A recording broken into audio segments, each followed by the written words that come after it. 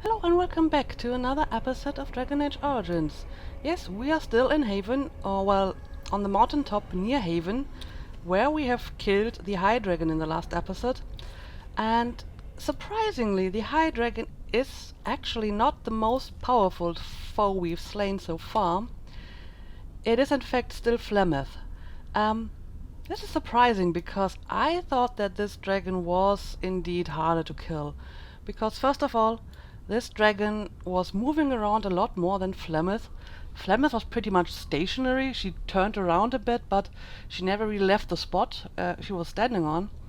And she never really attacked my ranged companions. But I mean, this dragon was just all over the place. And secondly, I think this dragon used the knockdown effect a lot more than Flemeth did, and that was pretty annoying. And if I had known that, I probably would have invested in some shield expertise before coming here, because apparently this makes you immune to knockdown, assuming you have shield wall activated. But I mean, we managed to kill it anyway, so yeah.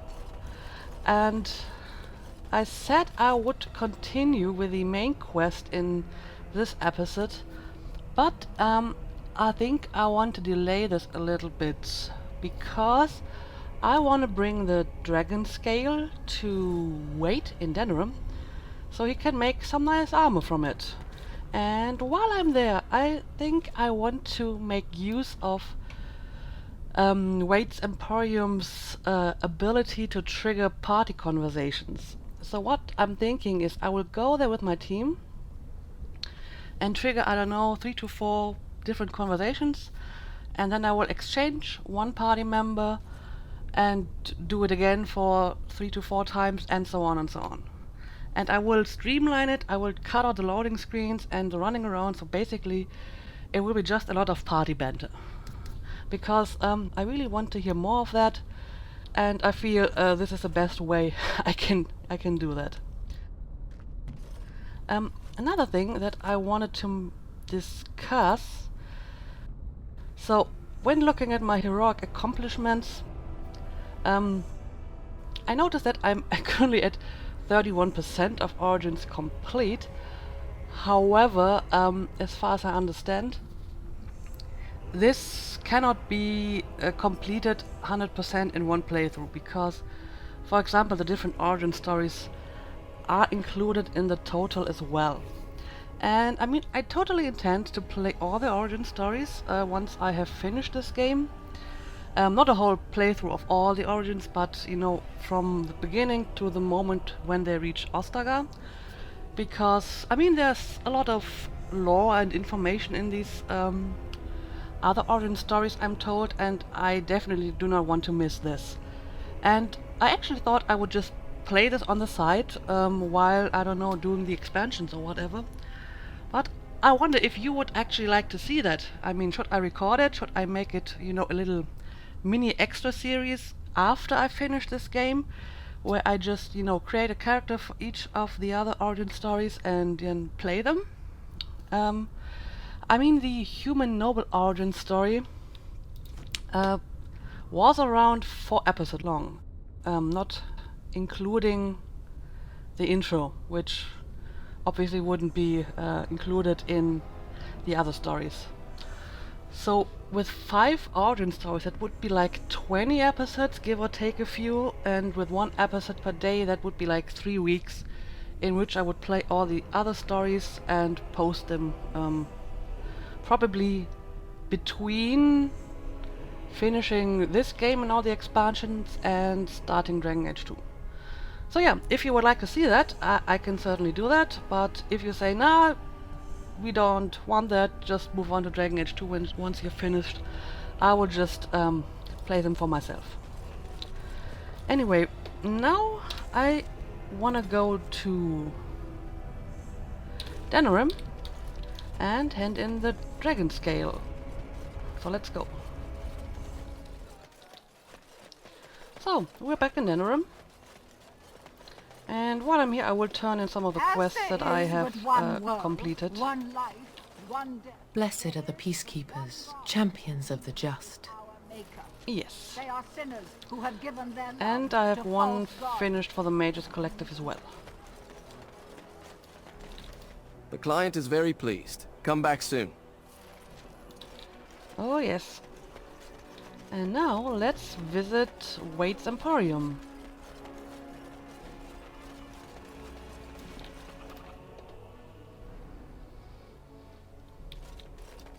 Alright, Heron, I have something nice for you.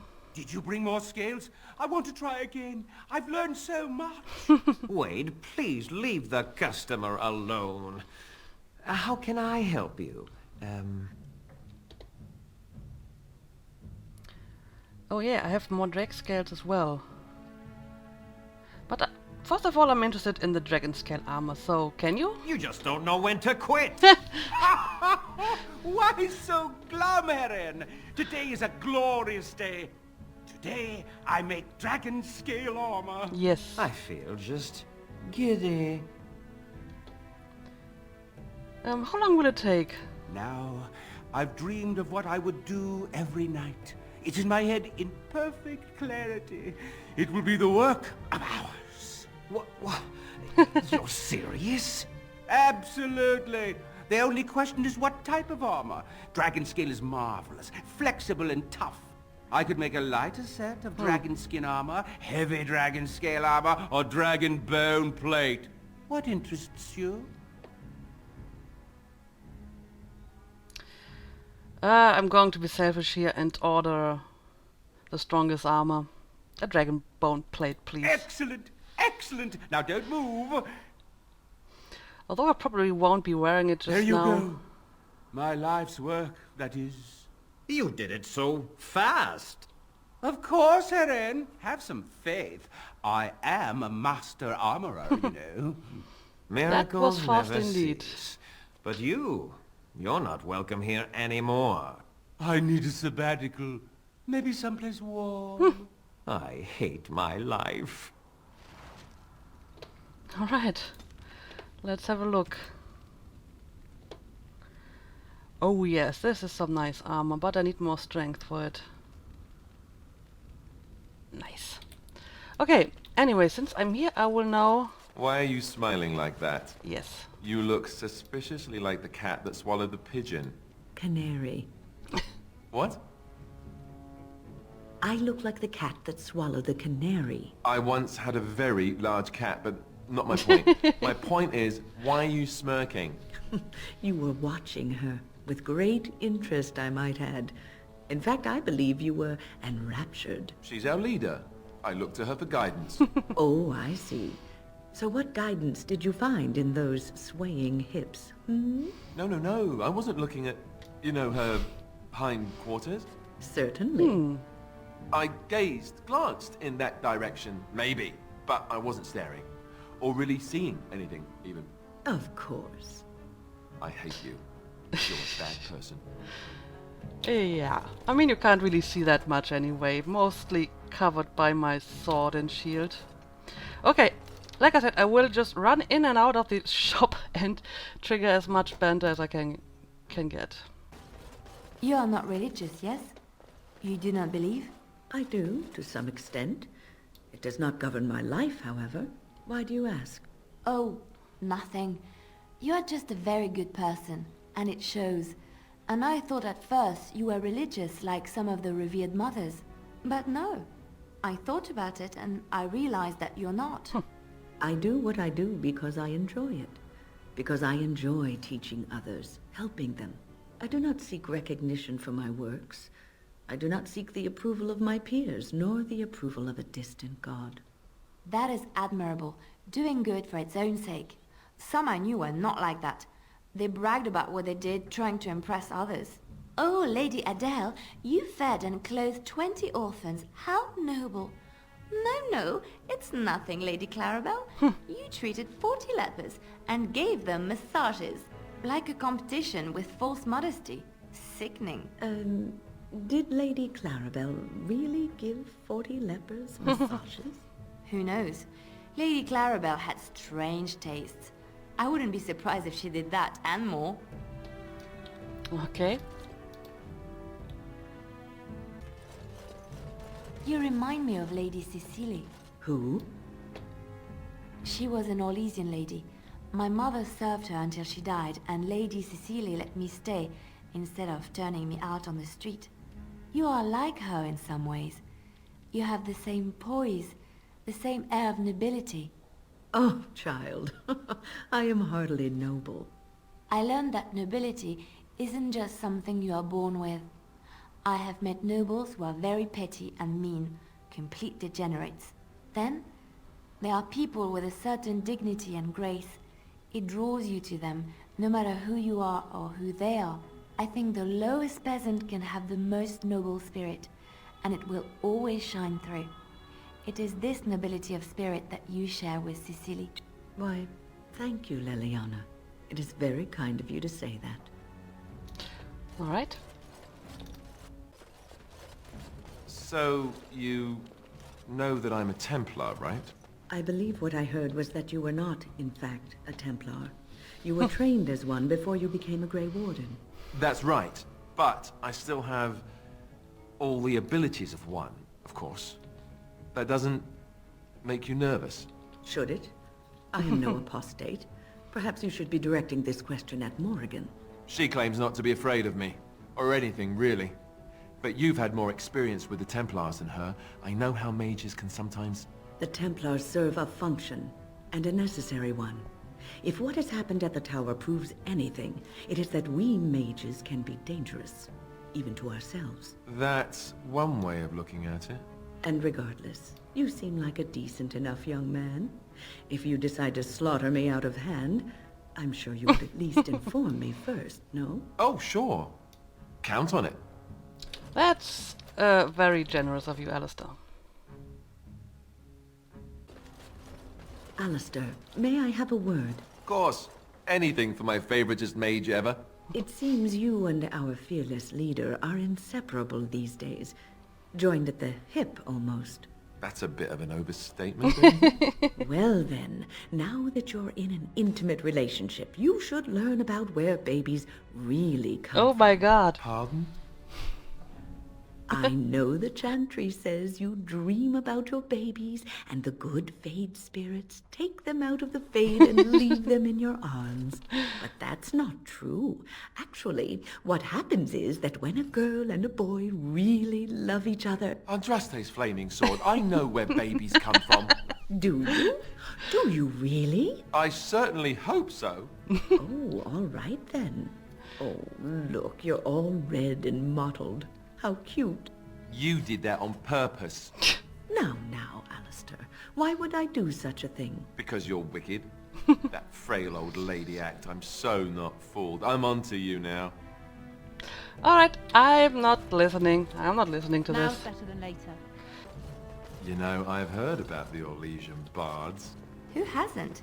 They are quite famous after all. The stories I heard were a little racier. It had to do with how a bard assassinated her target. How they were lulled into complacency. If those stories were true, who would ever agree to entertain a bard in their court? Oh, I don't know. There's a certain allure to danger, isn't there? And besides, you couldn't all be assassins, could you? I'd take my chances. If the stories were true, that is. We had rules about that sort of thing. Strict rules. Such as? You're not going to tell me, are you? Let's just say I had plenty of reasons to join the chantry, shall we? And leave it at that. Alright. I think I'm going to exchange one party member now, so let's see. Alright, let's see what Sten has to add to the conversation. I think you make her very happy. Oh, not this again. I'm ready this time. I just wanted to say that this was something good for both of you. Being a Grey Warden isn't easy. I'm glad you found each other. Oh, yes, I bet you are indeed. Cherish this. It may not last. And? That's all I had to say. Really? No pinching my cheeks? No making me blush? Of course not. I like you, Alistair. You deserve to be happy. Not even pinching my cheeks a little? Ah, this is kind of adorable. Come on, Sten. I know you have to say something. You can stop flinching, Sten. I'm not going to harm you. I do not fear harm to myself. What is that supposed to mean? An unbound mage is like a wildfire, as prone to simply consume itself as it is to devour all that surrounds it. I do wish you wouldn't refer to mages as it. Interesting. Stan doesn't I'll like get on it. mages, huh? Aren't you chilly, Sten? Chilly. I don't know this word. It's much warmer where you're from, isn't it? Don't you feel cold? I suppose. I don't imagine we can find a cloak in your size, can we? What? Nothing. Don't mind me. Now I wonder where I could get a skein of good wool yarn. Oh, is she going to make a coat for him? That's so cute. Got it. Oh, Win. You're cute. Draw your weapon. Are you talking to me? Your weapon. Draw it. Why? Are we under attack? I want to see what you can do. You want to fight me? Just like that? You are a Grey Warden. How are you going to face an archdemon if you cannot face me? It is a mystery, I'll admit. I should let your weakness damn us all. Draw your sword. I'll try not to injure you permanently. I don't have to prove anything to you, forget it. So you do have a spine. Pity you don't use it. Oh, come on. Be nice. Be nice to each other. I spy, with my little eye, something that begins with G. Is it a Grey Warden? Is it in fact you? Ooh, you're really good at this. Oh, this is hilarious. Don't you ever talk? You know, make polite conversation just to put people at ease? You mean Nope. that I should remark upon the weather before I cut off a man's head? Never mind. Okay. Nope, Stan doesn't talk. I already tried that. Are all Qunari as quiet as you are? Are all mages as chatty as you? That's fair. The Stan conversation are all very short. That's typical. Why do you keep looking at me like that, mage? I beg your pardon. I didn't mean to stare. I've never seen a Qunari before. You can blink once in a while, I'll still be here. Oh god. Alright, I brought Zevran along now. Why do you call yourselves crows? Crows are scavengers, not killers. Considered calling us the Kestrels, but, you know, it didn't sing. It didn't dance. Okay, fair enough. Sten is not a name, is it? Do you always begin conversations this way? It's your rank, is it not? I've met a few Qunari in Antiva, you know. Not much for conversation, but some of them are quite easy on the eyes. Those are not Qunari. No? They are what then? Very large dwarves with comical accents? They wear the faces of Qunari, but they are Tal Vashoth, fiends of Seheron. They have abandoned the Qun. With titles like your own, though. Which makes me curious, what is your name then? Sten is enough. But it is not your name. It is who I am. That's actually an interesting piece of information there. You seem to have quite a disdainful attitude towards elves, my Qunari friend. Don't take it personally. I have a disdainful attitude towards everyone. That's true. And short and to the point again. Might I offer you a bit of advice, my good friend Alistair? I like my hair the way it is, thank you. Truly. As you wish. Though my advice is regarding something else completely. It has to do with your recent exertions with your fellow Grey Warden that I overheard. My... Oh. It did seem as if you just got going when all grew quiet. You are feeling all right, yes? Perhaps you're tired. We aren't my talking God. about this, are we? Did I hit my head? I have some roots from home that you may chew if you need energy. As for volume, perhaps you ought to try arching your... Whoa, whoa. Awkward. You Fereldans are so finicky. How will you ever learn how to pleasure each other unless you talk about it? Not listening. La la la la. Well, Alistair, maybe you should. I mean, I can go away and you two have a nice talk from guy to guy, I guess. I don't mind. So I have a question for you, Zevran. You're here, at least in part, to get away from the crows, right? That is indeed true. So when this is over, what do you intend to do with yourself? You can't go back to Antiva, I assume. What I do depends in large part upon your fellow Grey Warden. I am not a free man, as it were. Yes, yes, but what if you could do whatever you wanted? Oh, I don't know. Aren't you going to be king? Perhaps you have people you need killed. Is there some reason I shouldn't just kill them myself? See, it's that sort of talk that is bad for business. Have you no thought to supporting the employment of your subjects? Not for assassins, I don't. That's the lovely thing about kings. They make for good business as the client or the target. And people wonder why someone might not want to be king. Well, you should consider that. You never know when you need a good assassin. So, why would the crows send you, Zevran? Is there some reason why they should not? Plenty of reasons. Starting with the fact that you weren't exactly the best they had, were you? Slander and lies. For shame, Alistair. I'm not an idiot. Well, not most of the time. You're no raw recruit, but I've seen you fight. You're no master of combat by any means. Assuming that I intended a fair fight, that would indeed be a problem. But the crows must have master assassins the way you describe them. Men with years and years of experience. Why not send them? Why not indeed? It is a mystery for the ages. Oh, I get it. You're not going to tell me. Morrigan said you were sharp. No liar, she. Speaking of Morrigan, I think I will bring her in now. You were very quiet, Sten. Only compared to some. That's it? Seriously? So I wonder, do you intend to take your mother's place now? Take her place? What do you mean? As the new Witch of the Wild. That was her title, no? When one slays the queen, it's assumed they'll take her throne. Considering the throne is a small shack in the middle of a cold wilderness, I think I may just pass. And why would you lie to me, I wonder? Ah, is this the part where you hint at some subtle plot of mine, because you are so very perceptive?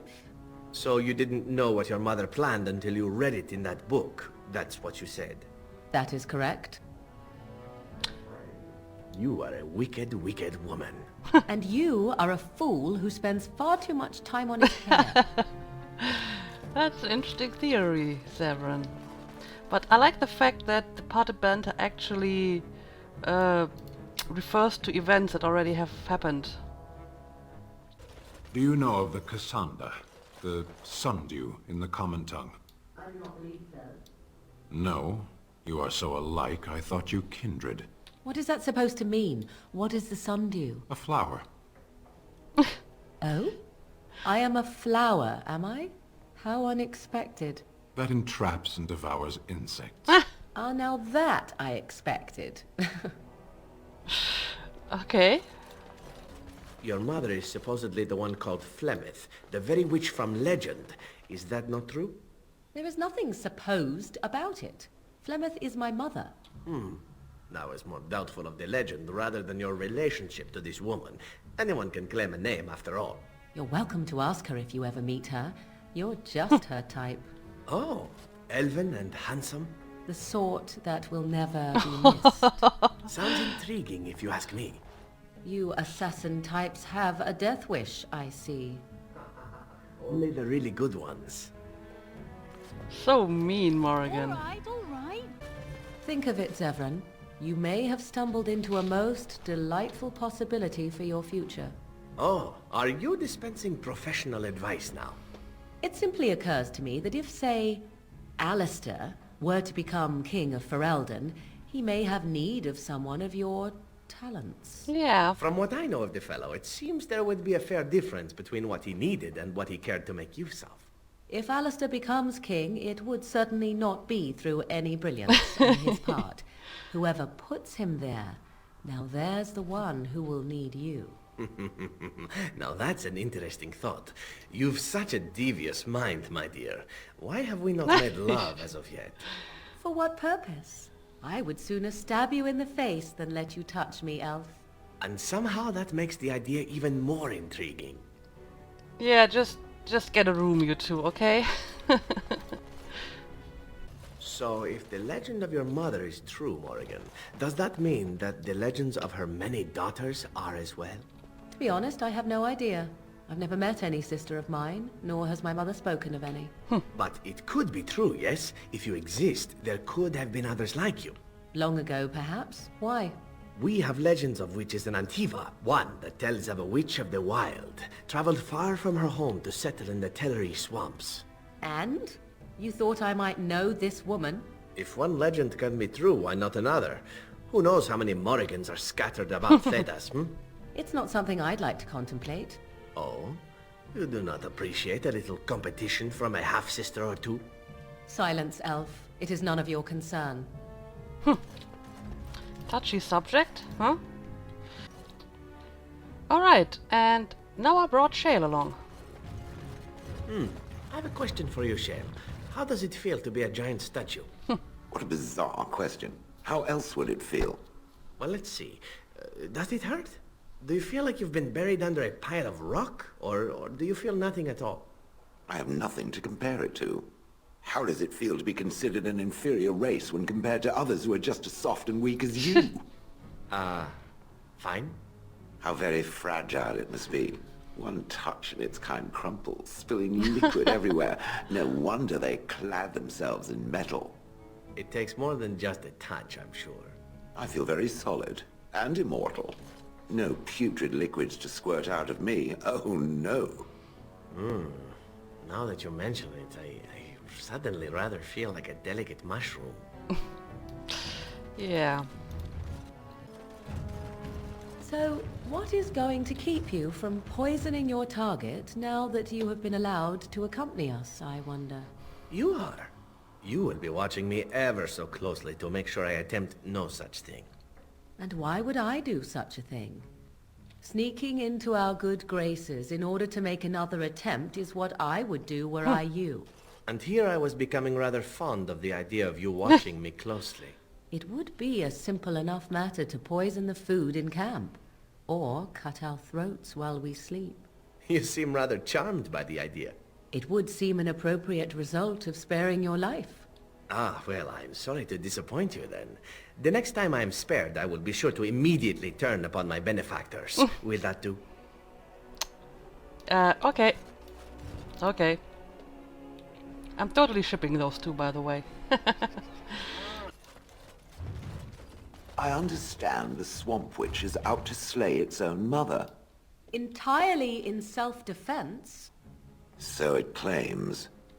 It could not have been its plan from the very beginning, then. I knew nothing about my mother's intentions prior to finding the book. 'Twas your notion I arranged that. Unnecessary, considering it is the only one who can read the book. It could just as well be a journal or a book of recipes. Would you like me Oh. to teach you how to read the book? Then you can see for yourself. Now it is testing me. Well, do you care enough to learn or no? No, I do not care. Then leave me be. That's interesting. I didn't know that actually only she could read the book. That's an interesting twist. Such sinister glares do you a disservice, dear Morrigan. Yours should be a face that smiles. Do tell. Has no one told you? Perhaps that is not surprising, considering you have lived such a sheltered life. Were you a woman of the city, you would be accustomed to men showering you with praise and gifts. I know as much of men as I need to. I know when one is indulging in pointless flattery, for instance. It is flattery only if I exaggerate the truth to please you. I am but stating a simple fact. Tell me, does this work on other women? To hear the truth of how her beauty affects a man, do you not? I think that sort of manure is best reserved for farming. One day you will realize that you have wasted your youth and beauty on bitterness and suspicion. Mark my words. Remind me to bring you along if we go sailing. The hot air will prove useful. Oh dear. I've thought about your predicament, my friend. It has thought of a way to lure birds out of the sky. I mean, your situation. Being made of stone and such, I imagine it must be terrible for you to see others together, you know? Together. As in standing next to one another. I speak of love, my sturdy friend, and the act of love. Surely this must bring you discomfort, knowing you can never partake in such pleasures. That is disgusting. It was bad enough that I had to suffer the occasional pair of villagers lying in my shade, but the idea of partaking... You are stoic, my friend, and brave. You do us a great honor by suffering in silence. I was not suffering, silently or otherwise, until now. I understand. Oh, Zevran, always trying to help others and their love life. Alright, I think this is enough for now, and I hope you enjoyed this episode, because I think I will do another one of these after I finish the next story mission, and yes, I will finally start with the next quest in the next episode, so that's going to be a paragon of a kind, so see you then.